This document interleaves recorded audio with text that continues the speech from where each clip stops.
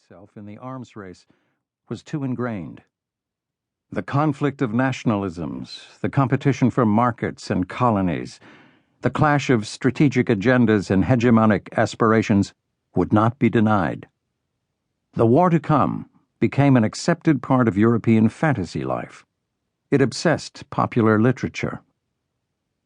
The question was less whether a continental civil war, which is what was shaping up, would explode, than when it would happen, what form it would take, and who would emerge on top. The basic underpinnings of European society, with its colonial extensions, would surely remain unchanged. Few doubted that victory would be worth the briefly maximum effort.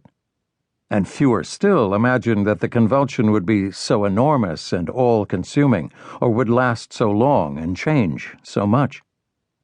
That is where error and miscalculation, often needless and repeated, came in. If there is a great divide in modern history, it has to be the First World War. But that historical divide did not have to be one. The war might have proved great, but it did not have to turn into a world war, as recent historians, most notably Ferguson, have begun to maintain. That metamorphosis is the key to much of what follows. If England had stayed out or delayed its involvement, the struggle on the continent might well have been suspended by mutual agreement of the combatants toward the end of 1914, not long after the leaves fell. Germany could have won on points, as it were, maintaining a dominant position on the continent first among nominal equals, while the decline of the British Empire might have been postponed for decades. The American century, which really dates from our involvement in the First World War, might also have been postponed. Would communism have prevailed in Russia? Probably not. And if there had been no real First World War, the emphasis on world is deliberate, could there have been a second, with its atomic conclusion? Given humankind's prurient hanker for extreme military solutions, the bomb was bound to have been dropped sooner or later. Let us now consider several alternative scenarios, all of which might have denied these results, though no doubt bringing about others that we cannot even dream of. England stays out. As the continental storm gathered in the last week of July 1914, and the major powers edged toward mobilization, the likelihood that Great Britain would go to war was slight. France indeed was pressuring it to make a commitment against the Central Powers. But since the defeat of Napoleon, Britain had deliberately kept itself aloof from continental involvements, and this crisis seemed no different. European entanglements would only diminish Britain's worldwide influence, power, and economic predominance.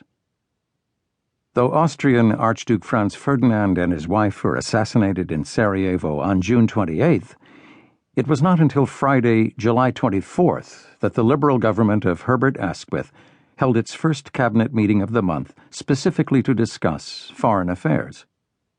The principal concern that day, it should be noted, was Ireland and the continuing fracas over Home Rule, which was perceived as the most acute threat to the Asquith government.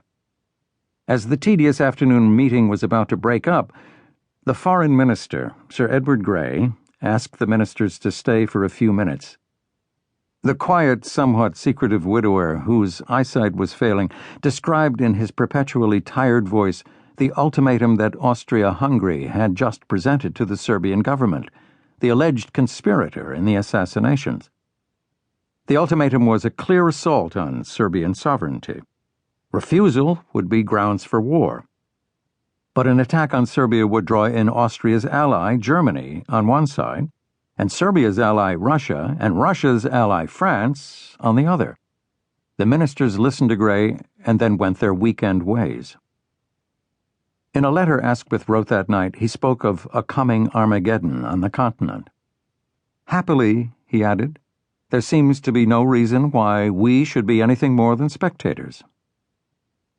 As the new week began, and military timetables for mobilization now took precedence over the qualms of continental politicians, England hung back. On July 29th, a Wednesday,